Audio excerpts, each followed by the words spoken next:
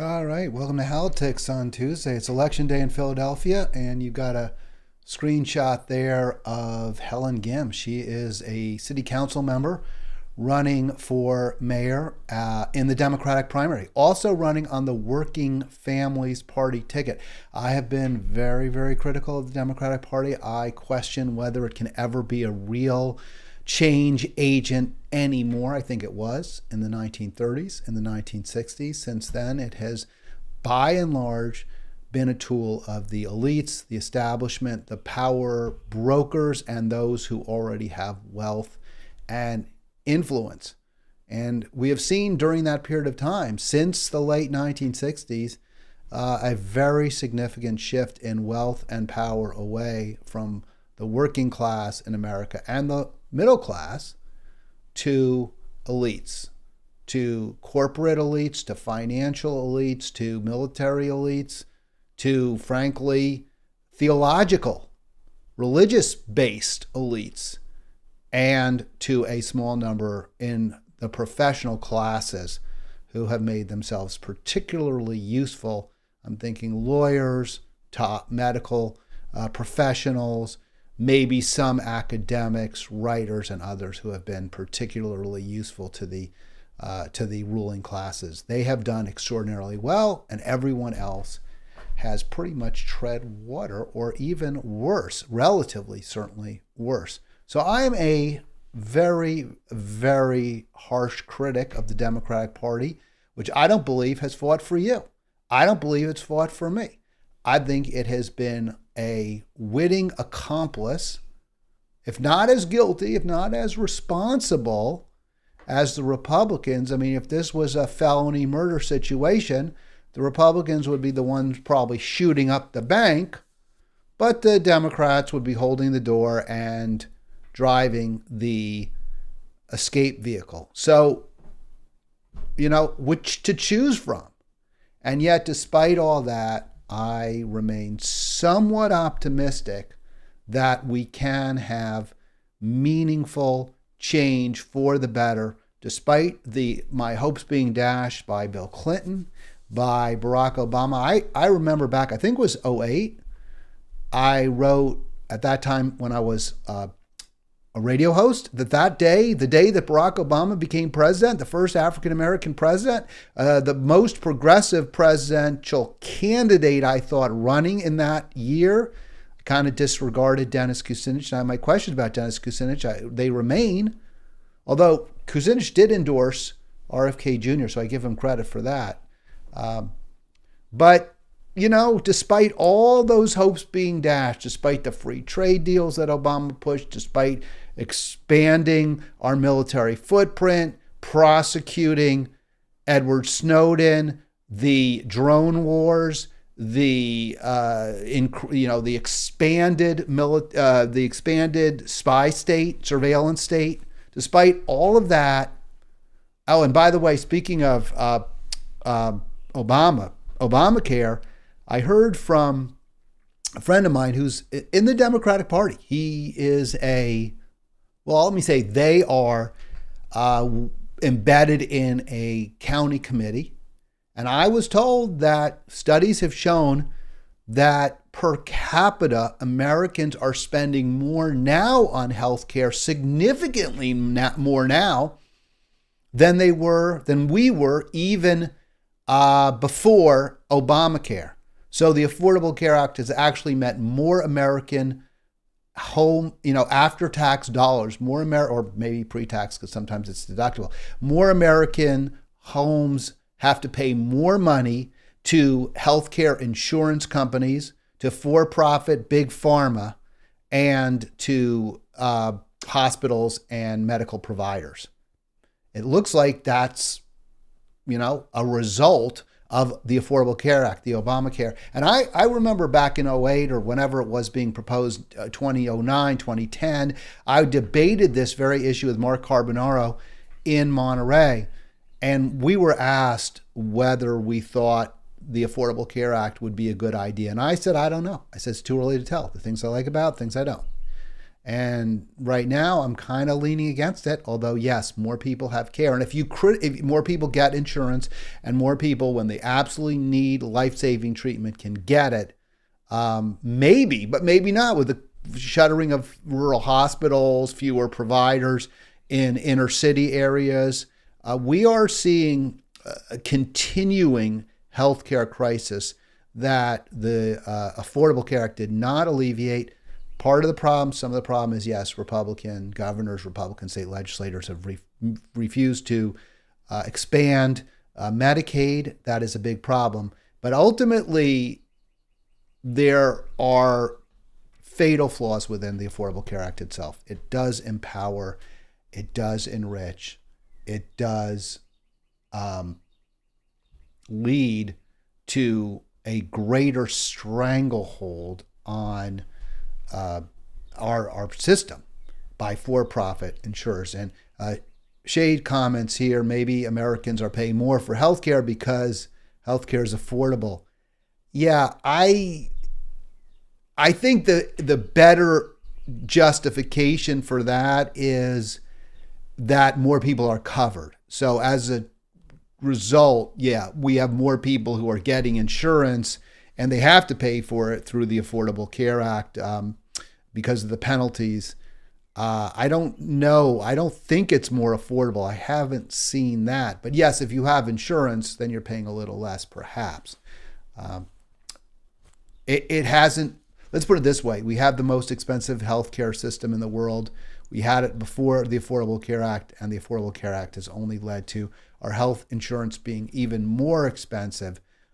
But the burden may have fallen more on the middle class than in the past. And so some poorer Americans, some struggling Americans may have health care that didn't previously. So again, the jury's somewhat out. Again, I'm leaning somewhat against it. We also may have seen some of the pressure taken out of some of the air taken out of the balloon, pressuring for true single-payer healthcare, which obviously is a solution. All right, despite all my, and let me just say, if you want to join me, 240-363-7190. Definitely want to hear from you. See the phone number right on the screen there, 240-363-7190. I would also ask you, please like this video and please subscribe if you haven't yet. By the way, I'm up to 92 subscribers. Doesn't sound like a lot. Doesn't sound like so much to me. But hey, getting to 100 would be a nice milestone. We haven't been doing this for that long. Getting to 100. And of course, hopefully the goal is, as you get more and more subscribers, the rate of increase grows. So if it's at 10% a week, which would be very, very nice. I'm not going to say it's going to be 10% a week, but after, when you get to 10, you'd get one more subscriber in a week. If I'm at 100, I'd get 10 more subscribers. If I get to 1,000, it's 100 more. Now, I'm not saying that's going to continue. What I am saying is the more we have, the more we are likely to get. So please do like, please do subscribe. Because this is what I want to do. I hope you want to hear me. I hope you would like to talk to me. So Shay, just a couple more comments, is he agrees it does cost too much. And he does say a lot of people used to go without health care entirely. And that is true. And hopefully more are getting treated now. I'd have to look at the numbers. I don't have them in front of me. Mixed on the Affordable Care Act, despite all my disappointments with Democrats, my feeling that some of the folks, even in this picture, right? I mean, someone like, Bernie, he's been a disappointment in a lot of areas, especially, and I was talking to Charlie Cooper, he was a guest on this show, especially when it comes to foreign policy. Bernie just simply has refused to take on the mic, simply won't do it. He supports the increases in the Pentagon budget. And AOC, they are on the left, same thing.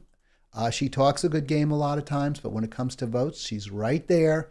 She's been right there with Nancy Pelosi and right there now with Hakeem Jeffries, the Congress member from AIPAC and Wall Street. So real disappointments. All that said, I am still hoping you'll vote for Helen Gym in the Democratic primary today in Philadelphia. And if she wins, and she's winning, she's leading, let's put it that way, in a 4-person race, if she wins that and she's on the ballot in November, she'll definitely be elected, because Philly's like Chicago, like San Francisco. It's just simply a one-party town. It's not, New York isn't like that. New York Republicans can win sometimes, like Giuliani, like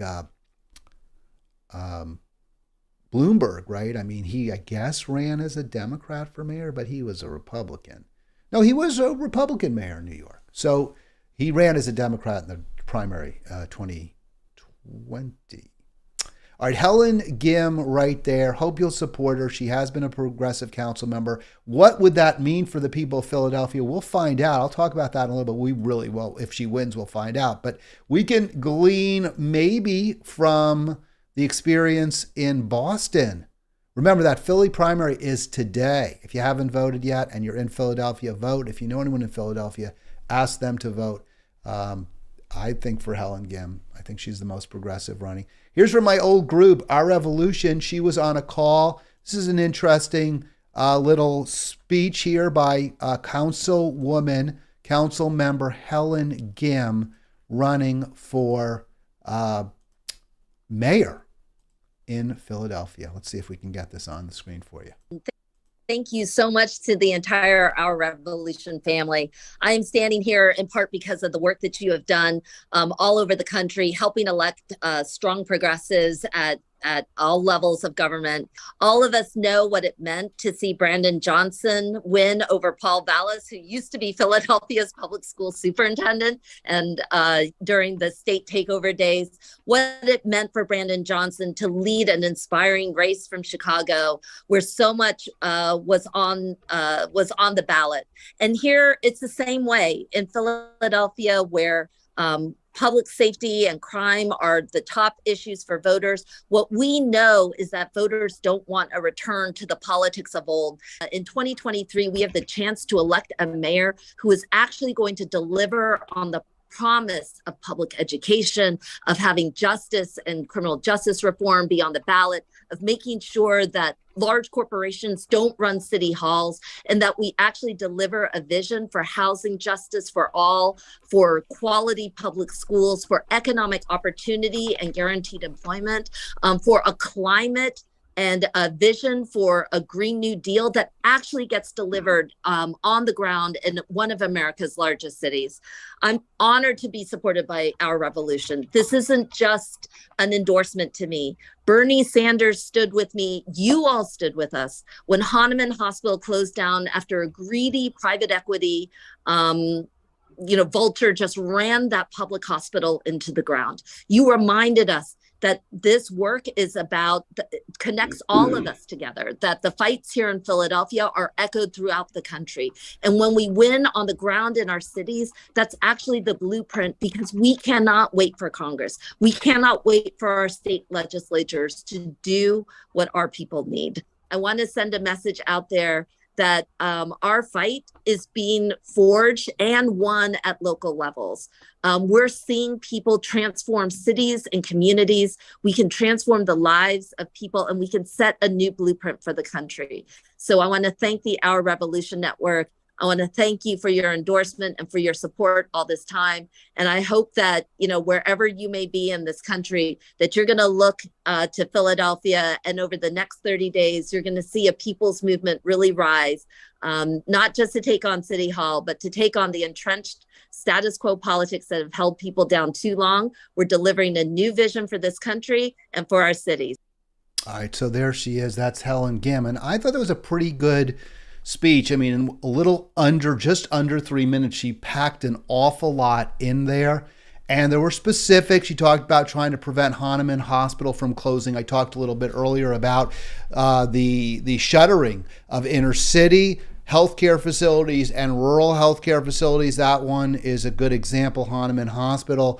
That's because there's just not enough funding available under the Affordable Care Act, even in a state like Pennsylvania, which accepts the Medicaid money to keep all these hospitals that are essential but serve low-income people, often serving people who are uninsured or underinsured.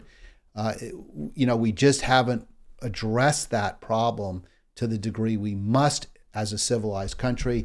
I'm glad Helen Gym brought that up. She also talked about housing. She talked about crime. So a lot of those issues are what we hear, candidates from all political persuasions discuss.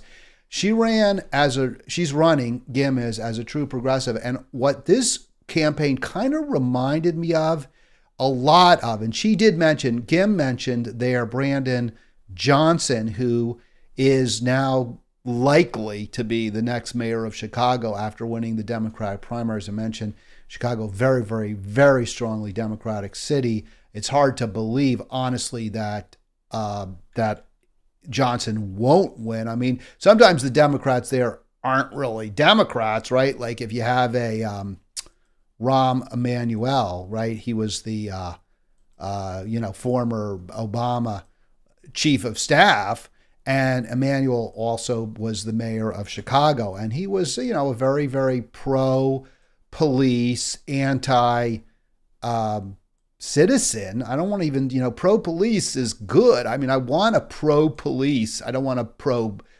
violent police or aggressive police or overly zealous police, but I want a mayor who supports police who are doing their jobs and protecting and serving the public. Emanuel's a horrible mayor who's a privatizer. He might as well have been a Republican. In fact, though, because it's Chicago, he ran as a Democrat. And you can't win, really, if you're not a Democrat in Chicago. Same thing in Philly. So let's go to another Democratic city, not Chicago, where we have a little bit of a track record with a progressive mayor, at least a mayor who ran as a progressive and won. And that would be, and I'm kind of avoiding New York right now. I mean, Bill de Blasio was probably the most progressive candidate back in, when did he run? In 2014, he became mayor, or was it even before then? I think, did he serve 3 terms or just 2? I'm not sure. De Blasio, sorry, I can't remember all this, there's a lot. No matter what office you run in, you have limits on your power, especially if you're progressive. I think de Blasio's biggest weakness, biggest failing was letting the developers run rampant in New York City. And I understand why. There's a lot of money. You build a tower. There's a lot of jobs that result. There's a lot of tax money that comes into the coffers of the city. So there's that. But these giant towers are ruining the classic look of that skyscraper city. It's just, they're these sort of square rectangular teeth sticking up into the sky. They look terrible. They're reducing the city sun, this amount of sun that comes down into the city, and ruining many, many people's views. So I have a lot of problems with those skyscrapers. Again, making the city more and more unaffordable, making it more and more a city of just the rich, in Manhattan anyway. So I don't think de Blasio took on income inequality the way he should have. I don't think de Blasio took on the entrenched power interest the way I wish he had. I don't think he was a terrible mayor. I don't think he was a great mayor. We'll see what happens with Eric Adams. In Boston, Michelle Wu won a year ago, November. So she's been mayor for a little under a year and a half. I think she was invested as mayor in January of 2022. Michelle Wu ran as a very progressive. She was the most progressive candidate running. She got a lot of support from groups like Our Revolution we just mentioned, or that Helen Gym just mentioned in her Philly speech. And I wanted to look at the record there because remember, I'm a skeptic, a Democratic skeptic. I'm a skeptic even now that of the power of politics to lead to positive change. So did the success of Michelle Wu, did Michelle Wu's success in becoming mayor in Boston lead to some salutary results? And I'll get into the specifics. GBH did a nice job, WGBH there in Boston, laying this out, I actually spoke to a Boston-based activist friend of mine, and I emailed Anna Callahan, who was on this program as well. We talked to her about the Incorruptible. She lives, I believe, in Medford, just north of Boston. But I spoke to my friend Martha, who lives in Boston, very progressive.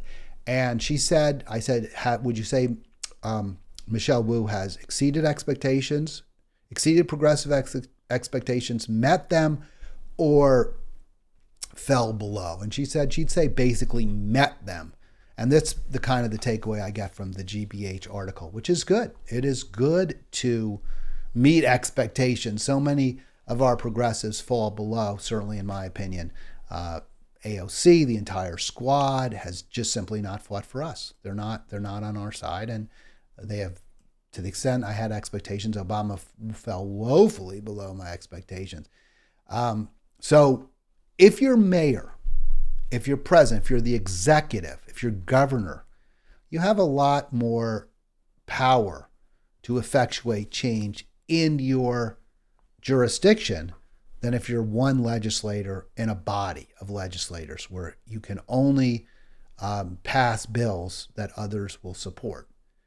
As mayor, you have the power of the purse, or as a governor, or as a president, you hire people, you appoint people to run agencies. So you have a lot more direct impact without having to persuade people once you've gotten into office.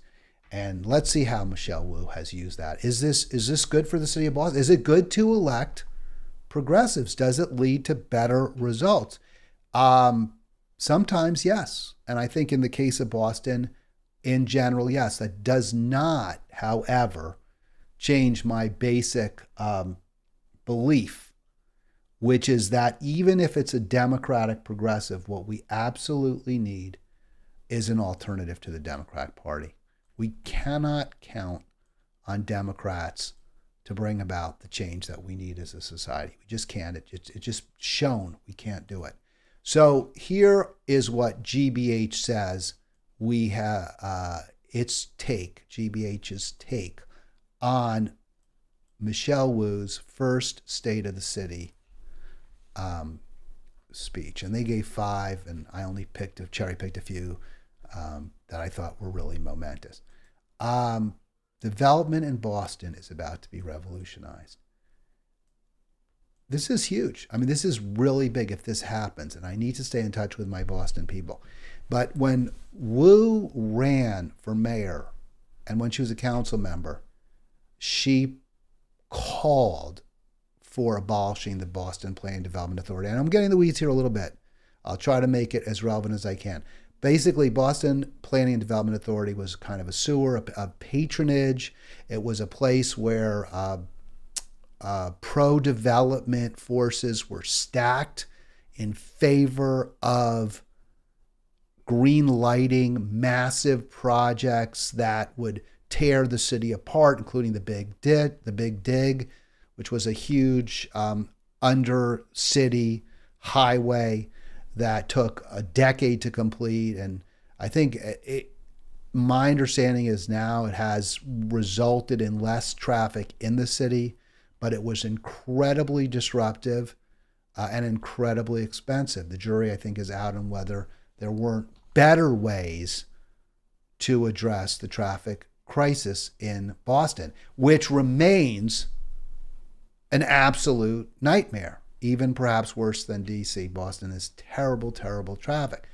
Boston Planning and Development Authority did not help that problem. It only made it worse by greenlighting, again, massive projects, often that were auto-based, that were not did not really factor in the need for or the availability of public transit. And there seemed to be no way, short of abolishing it, to incentivize smart, green, sustainable development. Wu called to abolish it, and it looks like she's on the way. They now have a new city planning and design department, which is not stacked with cronies. The mayor's power over development is concomitantly reduced. So, in fact, Wu's proposal took away some of her power to either approve or reject development. And that was calculated because mayors in the past have been captive to real estate developers and had to basically approve projects, even if they weren't in the city's best interest, if they wanted to get reelected. So Wu took away some of her own power. She invested it in the city and planning design department and other departments as well. And the rules have changed so that there has to be much more of a focus on equity, on equality, on the impact on residents of development. That's really, really good. So she gets an A for that from my perspective. This is the benefit of electing a progressive. How about police reform? I'm a little more mixed than some progressives on police reform. I mean, we do need to protect. The police need to be held accountable. There's no question. And far too often, they have free reign to lord it over citizens. That said, many of the folks who are, most impacted by bad police, people of color, people impoverished, people living in areas that are high crime, they don't want the police defunded. They don't want the police abolished. They want good police, responsive police, police who will protect and serve them as their responsibility. Now, do police unions have too much power? Yes. Too much influence? Yes. Is it too tough to hold bad cops accountable? Yes. And it seems as though Michelle Wu is running up against this problem here. In a tough contract negotiation, she didn't even mention police reform, even though she ran as a police reformer back in 2021. So that's an area where she's pulled back. Not sure how impactful that is. I understand there are tensions in Boston, increased tensions now between Wu, who was not the choice of the African-American community in Boston in 2021. Anissa Essaibi George was, or Essaibi George, I should say. Anissa Essaibi George was, but she did pretty well among the African-American community, better than maybe some thought, and that's part of the reason Wu was able to prevail. There are questions now among the African-American community, the Boston Black community, whether she's taking, trying to reduce their political input, and that's not good. That is not a positive. That said, I'm not fully conversant on all of this, the conflict in Boston. Again, we're looking at whether electing progressive Democrats like AOC, when she ran, I don't consider her progressive now, but when she ran for office, does it make a difference? I think the evidence is kind of strong, and sadly so. In Congress, it does not. We don't know because we've never elected a real progressive president. Although Barack Obama ran as a progressive. He campaigned to the left of Hillary. He didn't govern as a progressive, but he ran as a progressive. Does that mean presidents are not to be trusted? Well, it definitely means that, but it also calls into question whether, we should look at electoral politics as the vehicle for reform. I see no other option. I really don't. I mean, we can go shut down meetings, but in the end, the fossil fuel corporations will get what they want, even if we shut down a meeting where a pro-oil and gas Amy Klobuchar is speaking.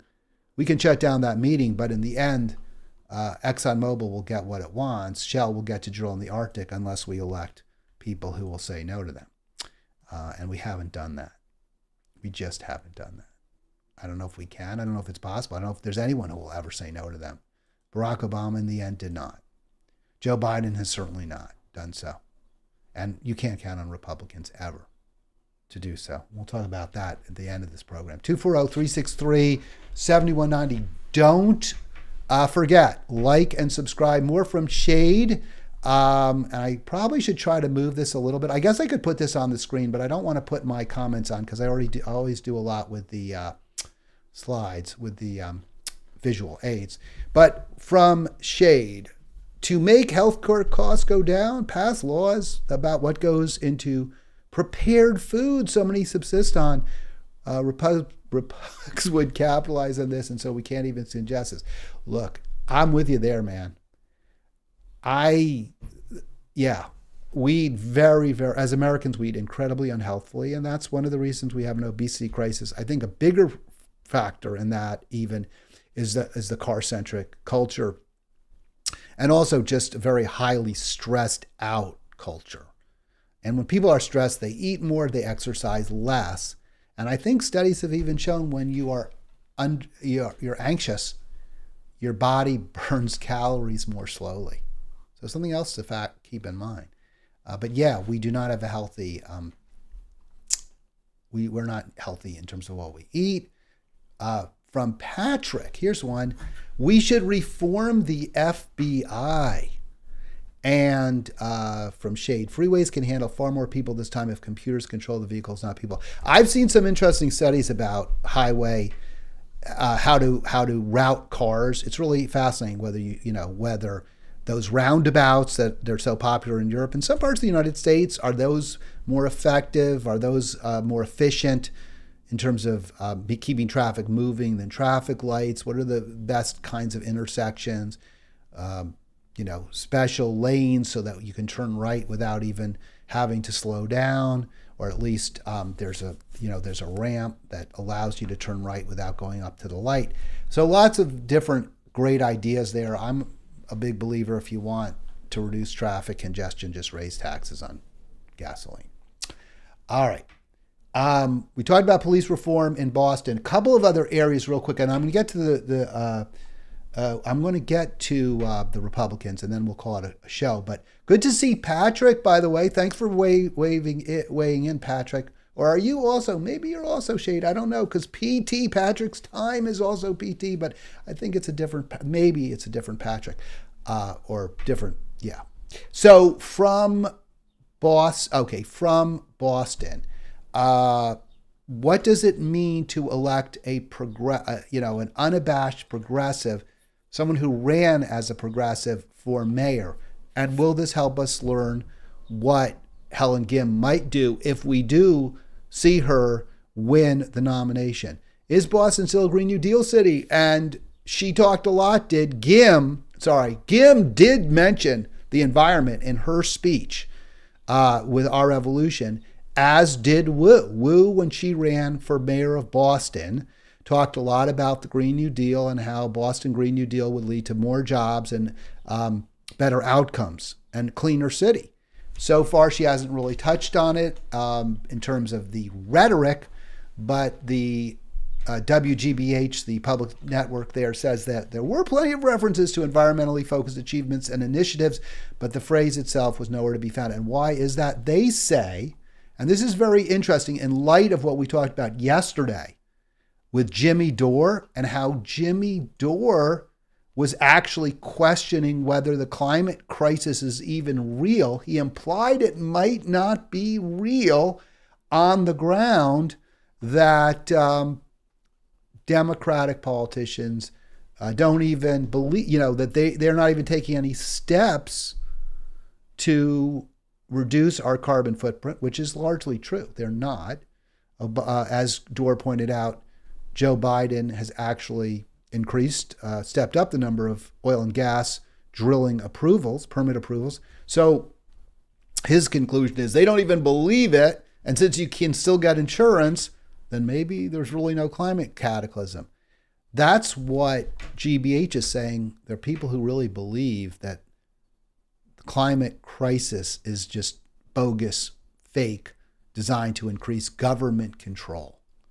And we saw that with the comments on Jimmy's show. Jimmy's pretty progressive on most areas. So if that's the prevailing opinion, then GBH is saying, or if it's not the prevailing opinion, but if it's a popular opinion, if a lot of people have it, and we can see it here from Liberty Matrix, a lot of the green agenda is pushed because someone is making a lot of money.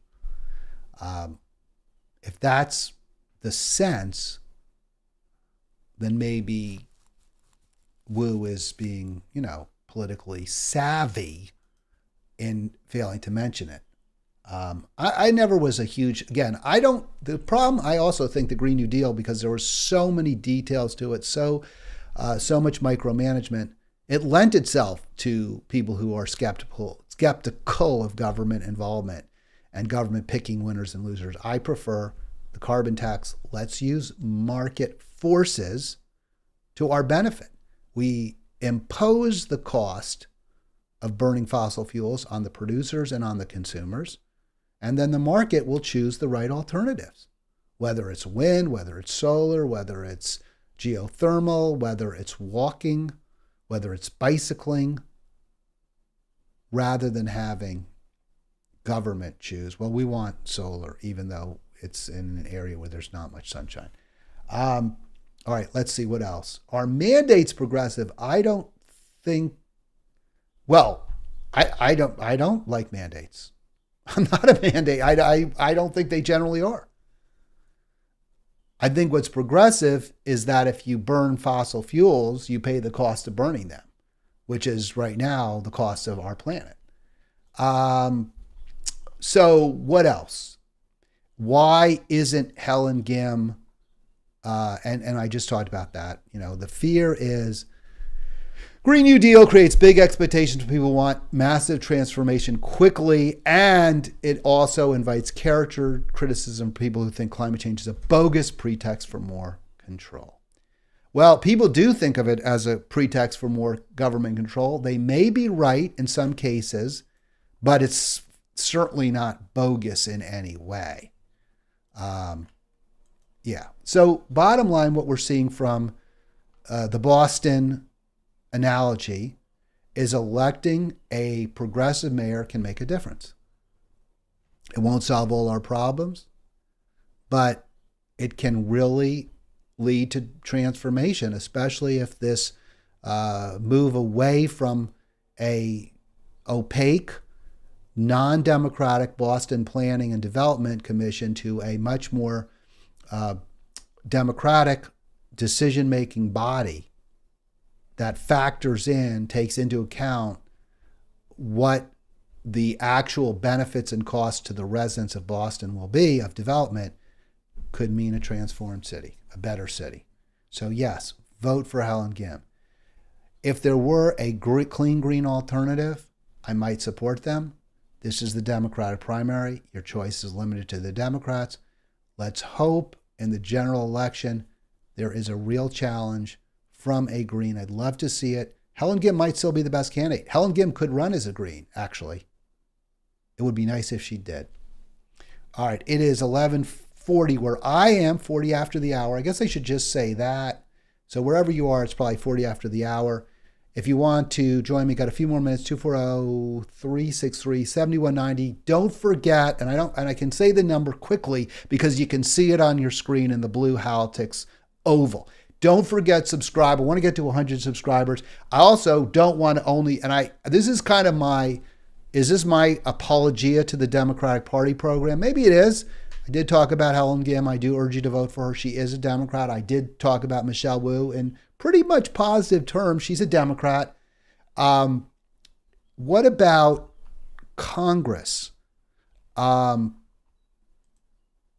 we going, I will turn to Congress, but this is not about the Democrats now.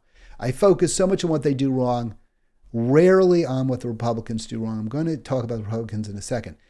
The point, though, is that I think there's an understanding, I hope there's an assumption that Republicans very rarely do the right thing. Sometimes they don't do as wrong things as the Democrats on few occasions.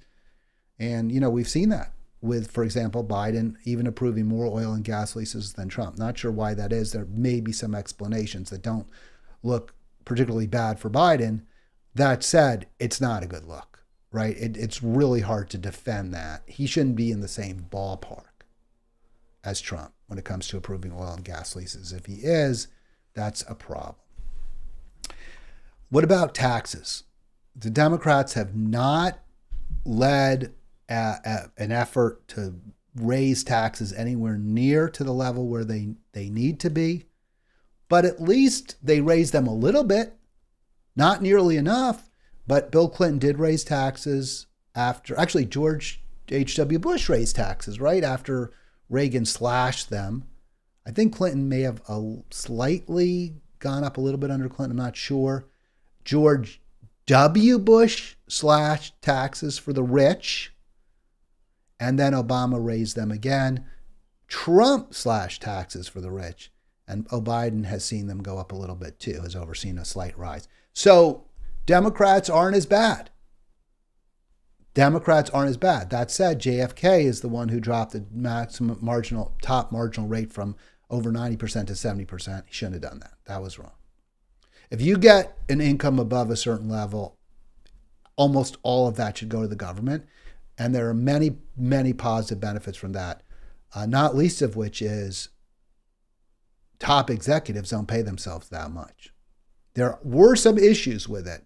Artists, people who have very short careers often saw the vast bulk of their earnings swallowed up. If you have a few hit records and then you never make it big again, or you're a movie star for a few years and then you get into a car crash and you can't make movies anymore, then a very high top marginal tax rate is a problem. And that should be accounted for. But CEOs, successful entrepreneurs, they can defer income. They don't need to pay themselves $1 billion in 1 year. JFK was wrong to do that. GOP rejects White House effort. It says rejected. Let's just say rejects. That date line is May 15th, yesterday. GOP rejects White House effort to close tax loopholes in debt ceiling talk. This is crazy talk. This is insanity on the... It's an insane policy. I get why they're doing it. They're beholden to their rich donors. They say they'll never raise taxes. If you're a Republican and you're running in a blood red district and you say, and your opponent says, well, they voted to raise taxes, no matter how much you try to explain, well, it only went up on the billionaire class, some people aren't going to like it. But this is a winning issue for Democrats. They have got to trumpet this everywhere. They have got to say Republicans refuse to raise taxes on the wealthy. They refuse to, they are insisting on balancing that budget, and let me get out of that, balancing that budget on the backs of the poor, the struggling, and the working class, especially the working class, because who else has some money still able to be taxed? And that is the working class in America. And if you don't raise tax on the wealthy and you insist on balancing the budget by slashing programs, you're going to hurt the poor, you're going to hurt the struggling, and you're going to hurt the working class. Here are some of those rejected plans, which Biden administration, I think, put forth, they make sense. So here's an area where Republicans are just clearly worse. On a phone call last week, White House officials proposed, and I won't go through all of them, but two that seem to be indefensible. The loopholes themselves are indefensible. You can sell right now crypto, take a massive loss, which you would take because it's dropped, right? This scam, this ramp, if you want to use the English term, crypto, not based on any tangible value. And before you say to me, well, the United States dollar isn't either. No, the dollar is by law a unit of exchange. So of course it has value. If you said, well, I only will, if you want to buy this stick of butter, you have to bring me a little airplane bottle of vodka, right? Well, you can't do that without also putting a price on it. So if that airplane bottle of vodka costs $1, then you got to let someone pay you $1. That is what the Constitution says. U.S. currency wherever, the euro, the ruble, whatever you want, the drachma, they all have, if there are there drachmas, I guess Greece is part of the EU. The pound, they still use the pound. Those have intrinsic value because they are, by law, satisfactions of debt. They can be used to satisfy debt. Crypto has none of that. Crypto's just, it's just somebody's idea. And, so what the White House said is, hey, you sell crypto and then you buy more crypto. You can't take a loss, right? You can't deduct it because you really didn't sell it. It was just a paper transaction. You bought and sold the same item for the purpose of taking a tax deduction. You can't do that. You sell it, you paid the taxes, period. Or you sell, no, I'm sorry. You buy it, you sell it and then buy it. You don't have a tax transaction. There's no taxable income as a result because you took that, or there's no loss. There's no taxable loss. That's what the White House is saying. They're also saying when it comes to real estate, you can't swap property that's comparable property and then claim you had a loss, which is exactly what the crypto proposal is. In other words, no phony on paper losses for tax purposes. We're going to stop it in real estate. We're going to stop it in crypto. And of course, unsurprisingly, the Republicans said no. And this is what Democrats need to run on. I think a better way to do it is just to call for a big tax hike on the rich. I would say that's what they should do. People get it. People want the rich to pay higher taxes. That would be my plan. But this is understandable as well. And so Patrick's is saying, well, taking from the rich won't help your situation. Raising taxes into a weak economy. It's not a weak economy. The companies are doing well. It's an incredibly unequal economy. The rich are pocketing gobs of money, and everyone else is barely treading water. That's why it's weak. Yes, if you tax the rich, sure, that's more money available to pay our bills, and that would be good for the economy, making sure that all our bondholders are paid off and spending the money on infrastructure and other critically important programs. So of course, plus closing these loopholes isn't going to impact on any kind of spending. The reason you don't want to raise taxes in a very weak economy is because it will reduce spending. But if you take it from people who invest in crypto, and you're not even taking it from them, you're just saying you don't get this tax deduction that you're seeking. So I don't get that criticism at all. Of course, this is what we should do. And, I mean, if you want more spending, if you want a stimulus, then give money to poor, struggling, working people. Figure out a way to make sure poor, struggling, and working people have a little more money in their pocket. Disallowing real estate swaps and bogus crypto exchanges will not put more money in people's pockets. So yes, my answer to our current economic issues is indeed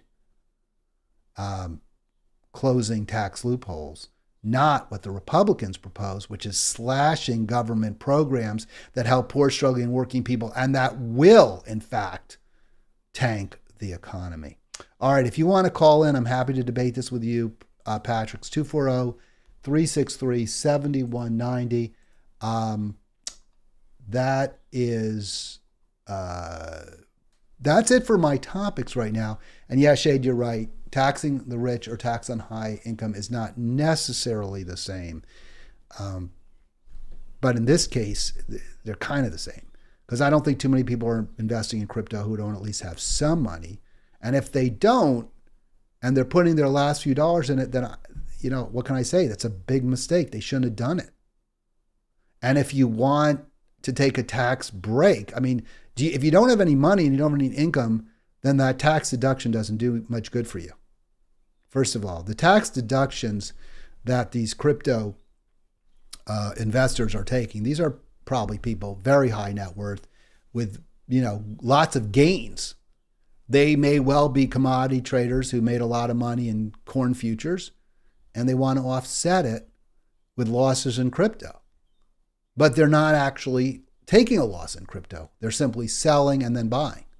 It's bogus. It's not a real transaction. All right, 240-363-7190. I'll go for 2 more minutes. Then I'm going to take off. I do want to, I wanted to get to some of these articles that were in the Nation. And I'll probably talk about them tomorrow. We have some other great folks coming on. I do want you to subscribe because, again, that is how ultimately I can build, generate some income from this project. Is if I have 1,000 subscribers, then YouTube will start putting ads. And that sort of sucks for you if you're watching, because then you have to watch those ads. I hate those ads. I hate them when I watch other videos. But I think they're valuable. I've got some issues with the Nation, which is sort of the foremost, I guess, the longest lived progressive magazine. They've really embraced an identity politics dynamic that I have a problem with. We'll talk about that tomorrow. I should get into it a little bit when it comes to transphobia in swimming, and and also this, and I think it was a murder. It certainly was, if not a murder, manslaughter, a homicide in the New York City subway, where a Marine ultimately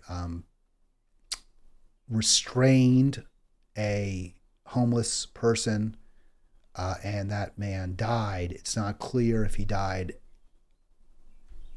while being restrained in some kind of a chokehold, which is how it's been described, or if he was released and then subsequently collapsed, perhaps from shock. Either way, that's a crime. What is interesting about this is so many New Yorkers seem to be taking the side of the Marine. And the man who was killed, a homeless person, was disruptive on the subway. He was intimidating, apparently, on the subway, not violent in this situation, but had been in other occasions. Well, we can talk about how relevant that is. It's very interesting. There seems to be a class divide, more so than a racial divide. The victim was black. The assailant is white. It's very interesting how there's been a breakdown among who's calling for what kind of consequences, penalties, and the like. It doesn't seem to break down neatly along black-white lines at all. That's fascinating to me. We'll talk about it tomorrow. Have a great afternoon. Great day.